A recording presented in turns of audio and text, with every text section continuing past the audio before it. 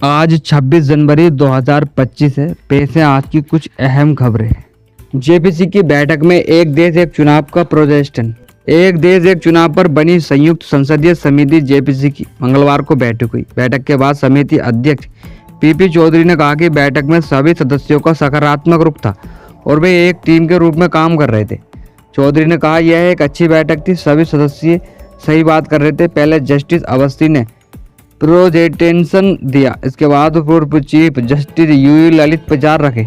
चौधरी ने कहा कि हम सभी मिलकर एक टीम की तरह काम कर रहे हैं। संविधान संशोधन विधेयक जो एक देश एक चुनाव के बारे में है, वर्तमान में संयुक्त संसदीय समिति के पास समीक्षा के लिए इस बिल का प्रस्ताव है कि लोकसभा और राज्यसभा चुनावों के समय सीमा को एक साथ किया जाए। कई विपक्षी दलों को जैसे कांग्रेस, तृणमूल कांग्रेस और डीएमके ने एक देश एक चुनाव बिल का विरोध किया। सरकार का कहना है कि चुनावों के समय एक साथ लाने से चुनावों के खर्चों में कमी आएगी, लॉजिस्टिक चुनौतियों को कम होंगी और बार बार होने वाले चुनावों से होने वाली परेशानियां भी कम की जाएंगी। कोरोना वैक्सीन से मौत पर मुआवजे की पॉलिसी क्या होगी? सुप्रीम कोर्ट ने मंगलवार को कोविड-19 से हुई मौत के मामले में मुआवजे से जुड़ी याचिका पर सुनवाई की। केंद्र सरकार का पक्ष additional solicitor general ASG Aishwarya Bhati ने रखा। कोर्ट ने पूछा, क्या केंद्र सरकार कोविड-19 वैक्सीन के साइड इफेक्ट से मरने वाले लोगों के परिवारों को मुआवजा देने के लिए कोई नीति बना सकती है? इस सवाल पर एएसजी ने कहा, केवल कोविड-19 बीमारी को ही आपदा घोषित किया गया, न कि कोविड के लिए लगाए गए टीकों से जुड़ी मौतों को। इसलिए आपदा प्रबंधन अधिनियम के तहत ऐसी कोई नीति नहीं है जो कोविड-19 टीकों से जुड़ी मौतों के लिए मुआवजा देती हो। कोर्ट ने कहा, कोविड-19 से होने वाली मौतों को कोविड वैक्सीन लगने से होने वाली मौतों से अलग नहीं माना जाना चाहिए। बेंच ने मौखिक रूप से कहा कि आखिरकार संपूर्ण कोविड टीकाकरण अभियान भी महामारी से बाहर था। आप यह नहीं कह सकते कि वे आपस में जुड़े नहीं। कोर्ट ने केंद्र सरकार को 3 हफ्ते में जवाब दाखिल करने का निर्देश दिया। मामले में अगली सुनवाई 18 मार्च को होगी। दरअसल जस्टिस विक्रमनाथ और संदीप मेहता की बेंच केरल की महिला की याचिका पर सुनवाई है। Land for job case, Lalu परिवार को कोर्ट का निर्देश। लैंड फॉर जॉब मामले में मंगलवार को दिल्ली राउज एवेन्यू कोर्ट से लालू परिवार को झटका लगा। इस मामले में सीबीआई की ओर से दाखिल फाइनल चार्जशीट पर कोर्ट ने संज्ञान लेते हुए लालू यादव और उनके बेटा बेटी समेत सभी आरोपियों को एक निर्देश भेजा। कोर्ट ने लालू, उनके बड़े बेटे तेज प्रताप और बेटी हेमा यादव को 11 मार्च को पेश होने का आदेश दिया गया। इससे पहले कोर्ट ने फैसला सुरक्षित रख लिया था। इस केस में सीबीआई लालू यादव सहित 78 अन्य के खिलाफ चार्जशीट दायर की।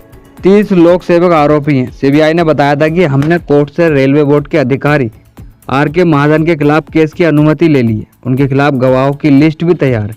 आगे कोर्ट इस मामले में फैसला लेगा।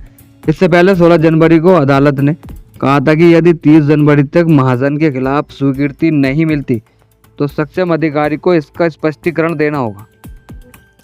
लैंड फॉर जॉब्स मामले में 20 जनवरी 2024 को ईडी की दिल्ली और पटना टीम के अधिकारियों ने लालू और तेजस्वी से 10 घंटे से ज़्यादा समय तक पूछताछ की।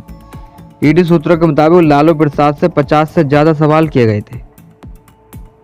उन्होंने ज़्यादातर जवाब हाँ या ना में ही दिए थे। पूछताछ के दौरान कई बार लालू झल्ला भी गए थे। वहीं तेजस्वी से 30 जनवरी को लगभग 10 से 11 घंटे तक पूछताछ चली थी। हैदराबाद से 132 किलोमीटर दूर नागर कुर्नूल में बन रही 42 किलोमीटर की दुनिया की सबसे लंबी पानी की टनल में 8 कर्मचारियों को फंसे 67 घंटे से ज़्यादा बीत चुके हैं। 584 लोगों को टीम ने रेस्क्यू ऑपरेशन में लगी है। इसमें सेना, नौसेना, एनडीआरएफ, एसडीआरएफ, आईआईटी चेन्नई और एलएचटी कंपनी के एक्सपर्ट शामिल हैं, लेकिन अब तक फंसे हुए कर्मचारियों से कोई संपर्क नहीं हो पाया। इसके बाद अब यह काम 12 रेड माइनर चूहों की तरह खदान खोदने वाले मजदूरों को सौंपा गया।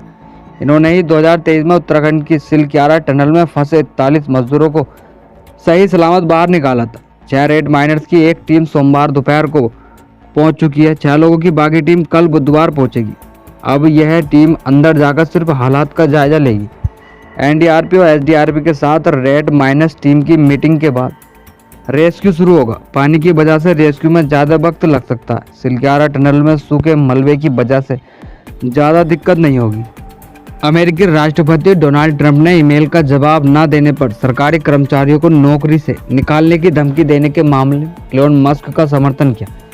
मैक्रो के साथ एक प्रेस कॉन्फ्रेंस में ट्रंप ने कहा कि बहुत से लोग ईमेल का जवाब नहीं दे रहे क्योंकि वे काम ही नहीं कर रहे। ट्रंप ने कहा, मुझे लगता है कि यह बहुत बढ़िया है क्योंकि हमारे पास कई ऐसे लोग हैं जो काम पर नहीं आते और कोई भी नहीं जानता कि वे सरकार के लिए क्या काम कर रहे हैं। ट्रंप ने कहा कि हर स्टाफ को यह जानकारी देनी चाहिए कि उन्होंने इस सप्ताह क्या काम किया।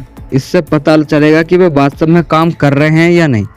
इससे सरकार को भी पता चलेगा किन लोगों को बिना काम किए पैसा मिल रहा। यदि कोई जानकारी नहीं देता तो उसे जल्द ही नौकरी से निकाल दिया जाएगा। ट्रंप ने कहा कि डोजी ने सैकड़ों अरब डॉलर की धोखाधड़ी का खुलासा किया है। जांच में पता चला कि जो कर्मचारी मौजूद भी नहीं है उन्हें भी वेतन मिल रहा। इस हालांकि ट्रंप ने अपने दावे के पक्ष में कोई सबूत पेश नहीं किया।